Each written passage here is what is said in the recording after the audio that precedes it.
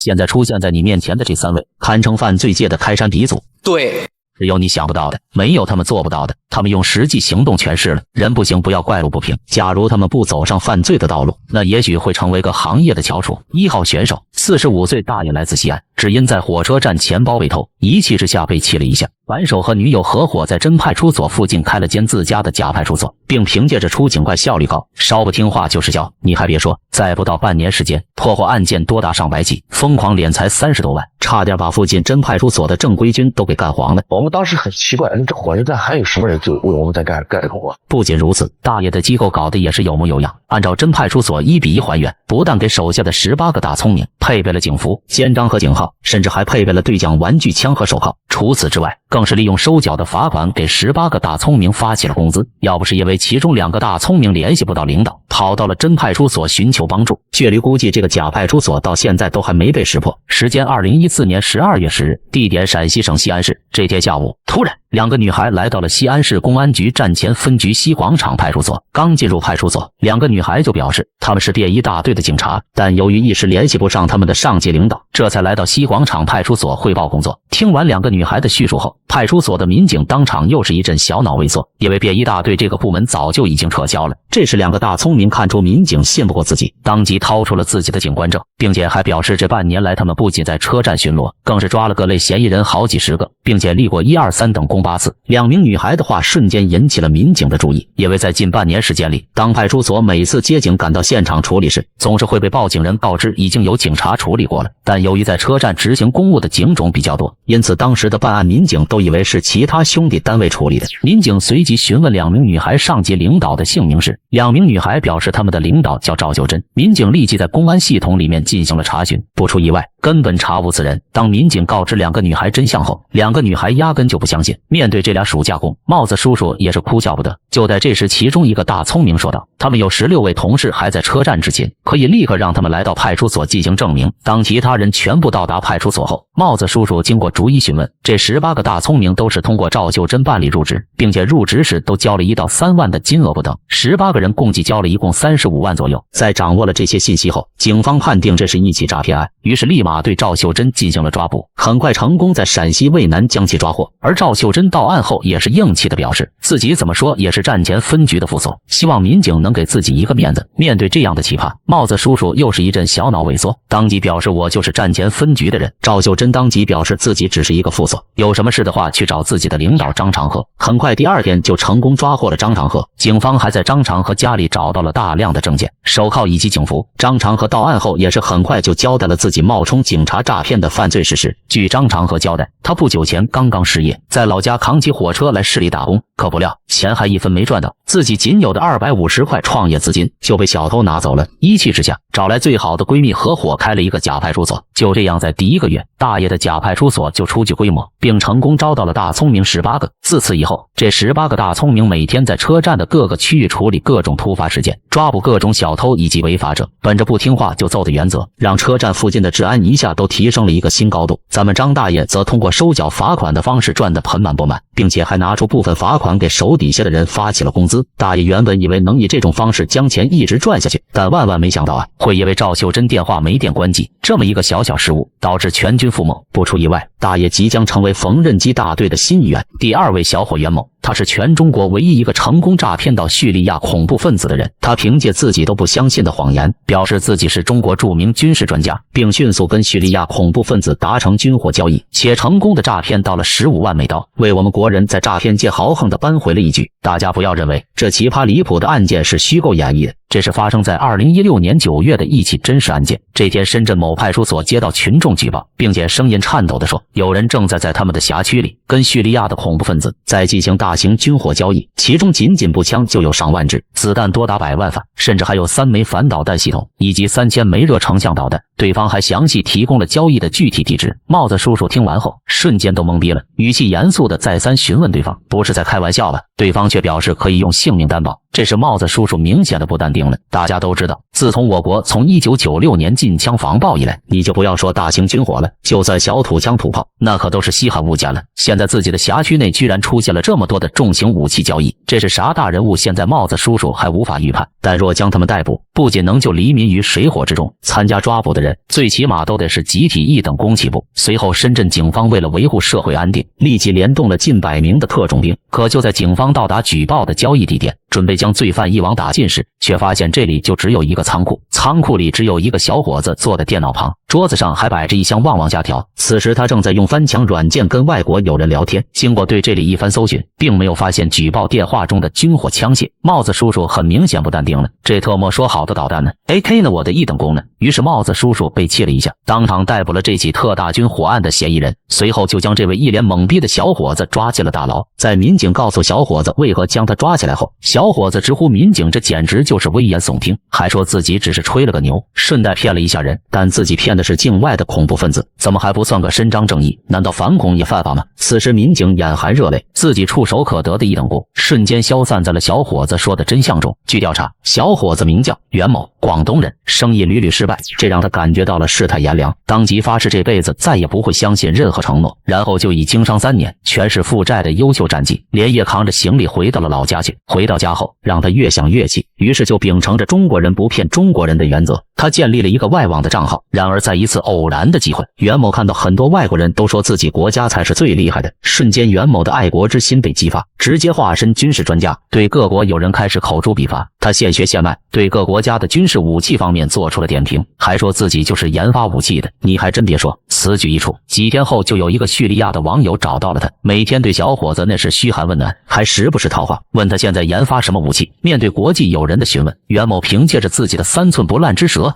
将叙利亚的网友忽悠得一愣一愣的。在经过几天的聊天后，可爱的叙利亚网友面对袁某那是深信不疑。不久，网友就跟小袁摊牌了，表示自己是当地的武装部队，希望能从小袁这里购买一批军火来壮大自己的军队。在得知对方身份后，小袁故作为难地说，这件事情容我思考一下。最终小袁实在没能抵住金钱的诱惑，决定跟叙利亚友人来一场跨国合作，这就有了故事开头的一幕。袁某凭借3寸不烂之舌，成功骗取叙利亚恐怖分子15万美刀定金。要知道，按照袁某给叙利亚网友的配货，那价值最少要30多个亿。就这样一个没准备发货，一个没准备付尾款的生意就顺利谈妥了。但随着时间一天天的过去，小袁这边却没了动静，叙利亚恐怖分子联系不上他了。此时恐怖分子们意识到了自己肯定是被骗了，随后用自己国家的国粹对小袁疯狂的输出，但小袁却主打一个就是不回。最终在无奈之下，他们找来黑客查出了小袁的 IP 地址，然后又找来一个中国网友，给了他500美金，让他报了警，势必要将小袁这个跨国诈骗犯给绳之以法。但是小袁的罪行却给警方整不回来，说好的是个军火贩子，可却连个鸟枪都没有，说是诈骗犯吧还没原告。最终法院也只能以对外国友人不友好罪来对他量刑，处以小袁3个月的拘留。他被羁押的那段时间也算在拘留里面。结果在下达判决后的当天下午，